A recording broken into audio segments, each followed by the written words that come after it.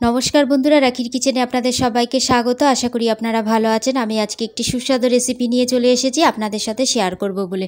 যদি রেসিপিটা ভালো লাগে লাইক করবেন, কমেন্ট করবেন আর সাবস্ক্রাইব করার অনুরোধ রইল। পাশে থাকা বেল আইকনটাকে টিপে দেবেন, যখনই আমি নিত্য নতুন ভিডিও ছাড়বো নোটিফিকেশন সবার আগে আপনাদের কাছে পৌঁছিয়ে যাবে। আর আমার ভিডিওটাকে পুরো দেখার জন্য অনুরোধ রইল, আমার চ্যানেলটাকে সবার সাথে শেয়ার করার অনুরোধ রইল। চলুন তাহলে দেখা যাক, এত গরম পড়েছে, সেই গরমেতে মাত্র 5 মিনিটে কীভাবে মাছের ঝোল তৈরি করবেন সেই রেসিপিটাই আপনাদের সাথে শেয়ার করছি।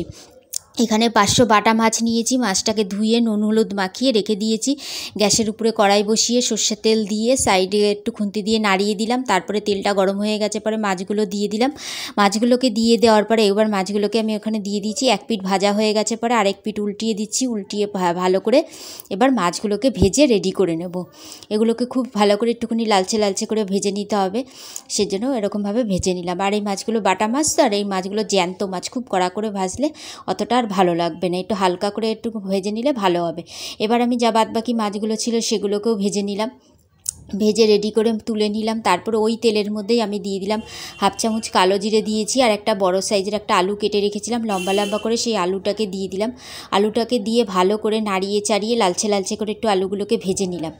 আলুটাকে লালচে লালচে করে ভেজে নিয়েছি। নেওয়ার পরে তারপরে আমি কি করলাম, আমি একটা পেস্ট তৈরি করে রেখেছি, সেখানে আদা, কাঁচা লঙ্কা আর টমেটো পেস্টটাকে তৈরি করে রেখেছি, সেটাকে দিয়ে দিলাম। আর একটুখানি জল দিয়ে এটাকে দিয়ে দিলাম ভালো করে, দিয়ে এটাকে নাড়িয়ে চাড়িয়ে 1 থেকে 1.5 মিনিটের মতন যে কাঁচা গন্ধটা থাকে যাতে গন্ধটা চলে যায়, তারপরে নাড়িয়ে চাড়িয়ে নেওয়ার পরে তারপরে দিয়ে দিলাম হাফ চামচ জিরের গুঁড়ো, লবণ দিয়ে দিলাম স্বাদ অনুযায়ী, দেওয়ার পরে তারপরে হলুদ দিয়ে দিলাম 1 চামচ। 1.5 থেকে 2 মিনিটটাকে ভালো করে কষিয়ে নিলাম। কষিয়ে নেওয়ার পরে ভালো মতন কষিয়ে গেছে। আর যেই তেলটা দিয়ে একটু তেল ছাড়তে আরম্ভ করে দিয়েছে, অল্প তেলেই যেহেতু রান্না করছি, যে তেলটা ছাড়তে আরম্ভ করে দিয়েছে, তখন আমি এই মিক্সিং জারের 1 মিক্সিং জার জল দিয়ে দিলাম।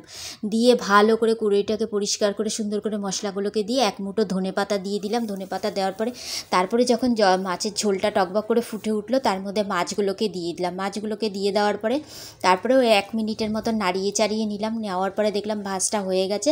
এবার গ্যাসটাকে আমি বন্ধ করে দেবো। গ্যাসটাকে বন্ধ করে দিয়ে আমি এই থালাটার মধ্যে সার্ভ করে দিলাম।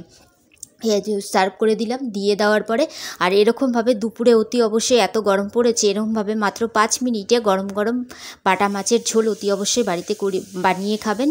আর ভিডিওটা আজকের মতন এখানেই শেষ করলাম। ততক্ষণের জন্য ভালো থাকুন, সুস্থ থাকুন আপনারা।